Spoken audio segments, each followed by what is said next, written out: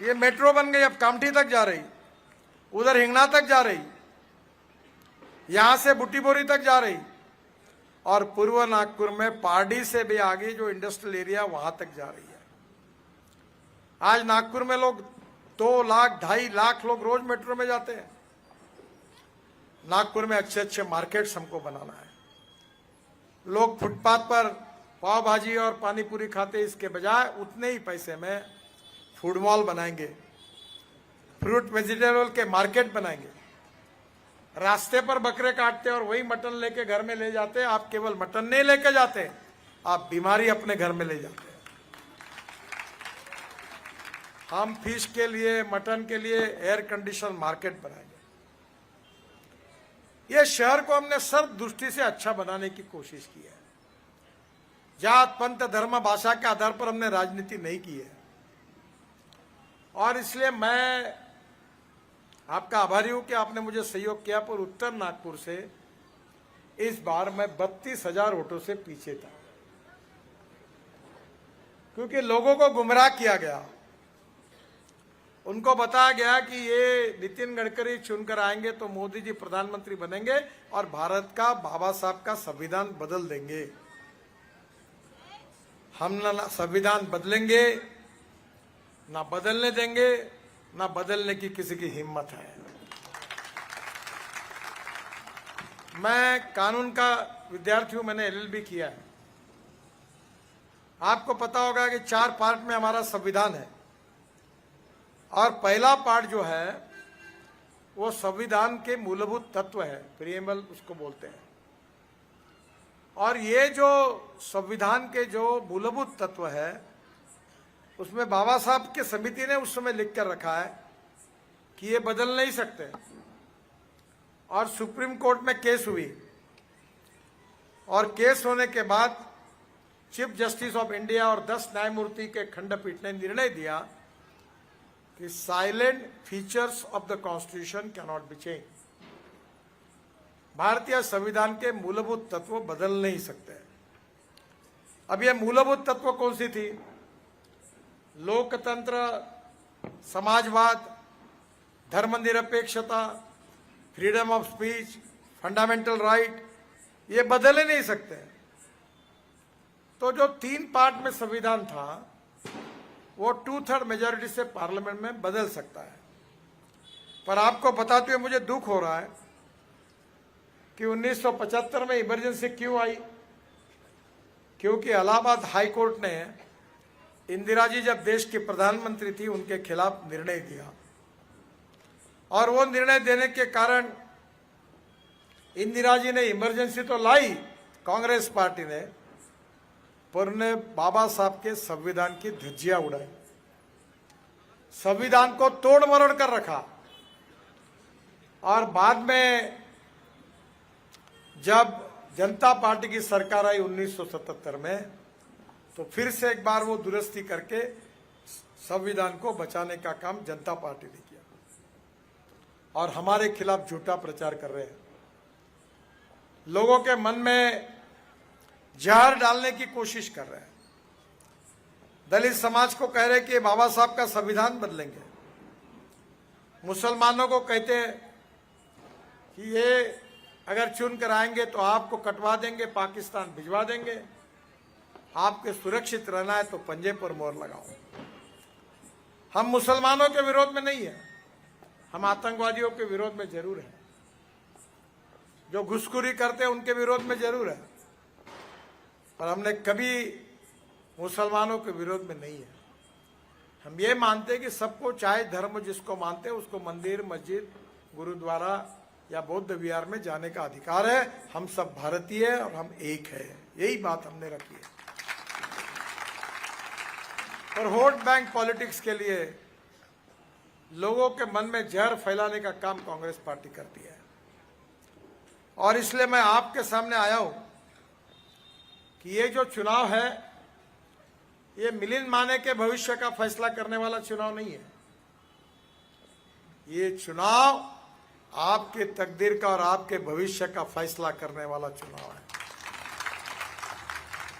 ये 10 साल जो काम हमने नागपुर में किया, विदर्भ में किया, महाराष्ट्र में किया, वो आपके सामने है।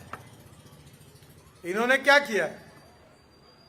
केवल झूठे वादे किए, गरीबी हटाओ का नारा दिया, 20 कलमी, 40 कलमी, 8 कलमी, 5 कलमी कार्यक्रमों की घोषणा की, गरीबी हटाओ का नारा दिया, और engineering college, medical college, DEd college, BEd college, प्राथमिक स्कूल खोली कांग्रेस वालों ने। और ये टीचर्स को कहते हैं तुमचा अर्धा पगार आम्ही, अर्धा पगार तुम्ही, ना जात पर ना बात पर, इंदिरा जी की बात पर मुहर लगेगी, हाथ पर खाओ खींचो, अपने बाप का माल है, जितना लूटना है उतना लूटो, और आगे एक पाव डटा, गरीबी हटा, हो गया। इससे सावधान रहिए, यह आपके तकदीर का फैसला करने वाला चुनाव है। आपने मुझे 10 साल मंत्री बनाया तो नागपुर की तस्वीर बदल गई।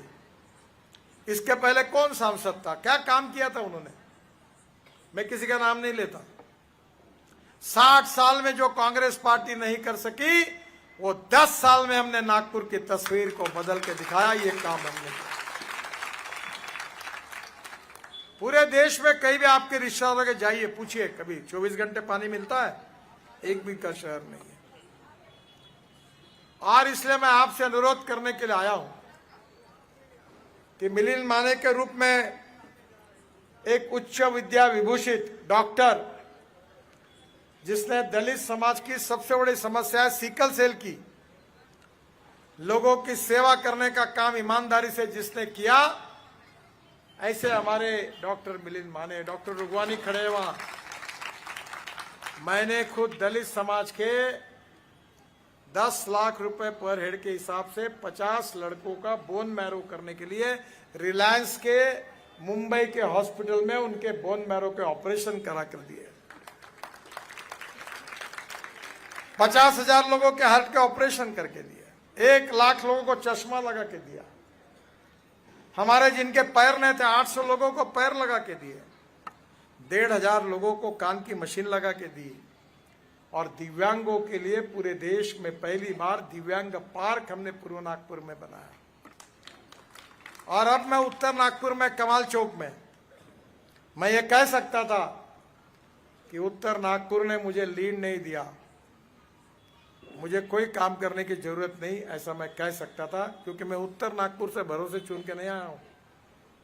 पर मैंने ये नहीं कहा, मैंने अपने मां के स्मरणार्थ प्रभाकर राव येवले जी है क्या, उन्होंने जगह दी और कमाल टॉकीज चौक में बड़ी बिल्डिंग बनाई है। वहाँ MRI, CT scan, dialysis, X ray, pathology test, जो MRI 12,000 रुपए में होता है वो 800 रुपए में होगा गरीबों के लिए। जो CT स्कैन 6,000 रुपए में होता है वो 600 रुपए में होगा। जो पैथोलॉजी लेबोरेटरी के रिपोर्ट के लिए 12,000 रुपए लगते वो 200 रुपए में होगा। एक्सरे 100 रुपए में होगा, डायलिसिस 100 रुपए में होगा, क्योंकि हम गरीबों की सेवा करना चाहते हैं। राष्ट्रवाद, राष्ट्र सर्वोपरि, ये हमारा विचार है, हमारा मिशन है, हमारा आत्मा है। और राष्ट्र की अगर प्रगति और विकास करना है तो सुशासन और विकास चाहिए, गुड गवर्नेंस एंड डेवलपमेंट। और गुड गवर्नेंस और डेवलपमेंट के साथ इस समाज के जो शोषित है, पीड़ित है, दलित है, जो सामाजिक, आर्थिक, शैक्षणिक दृष्टि से पिछड़े हुए हैं, जिनके पास रहने के लिए मकान नहीं, खाने के लिए रोटी नहीं, शरीर पर कपड़ा नहीं है, उस दरिद्र नारायण को भगवान मानकर हम उनकी निरंतर सेवा करते रहेंगे। और एक दिन उनको, जिस दिन तक रोटी, कपड़ा और मकान नहीं मिलता, तब तक हमारा कार्य पूरा नहीं होगा, ऐसा हम समझेंगे। ये पंडित दीनदयाल उपाध्याय जी का आर्थिक चिंतन अंत्योदय के रूप में हमारा उद्देश्य है। मैंने बहुत काम करने का मौका मुझे आपके आशीर्वाद से मिला। 7 वर्ल्ड रिकॉर्ड मेरे नाम पर है। तुम हिंदुस्तान में कहीं भी जाओ, टैक्सी ड्राइवर को बताओ नागपुर से आए तो पैसा नहीं लेता, ढाबे पे जाओ तो बोलता खाना खाया, पैसा नहीं लेता। आपके आशीर्वाद से इतना नाम मैंने कमाया, टनल बनाई, रोड बनाई, हाईवे बनाया, बहुत देश बदल गया।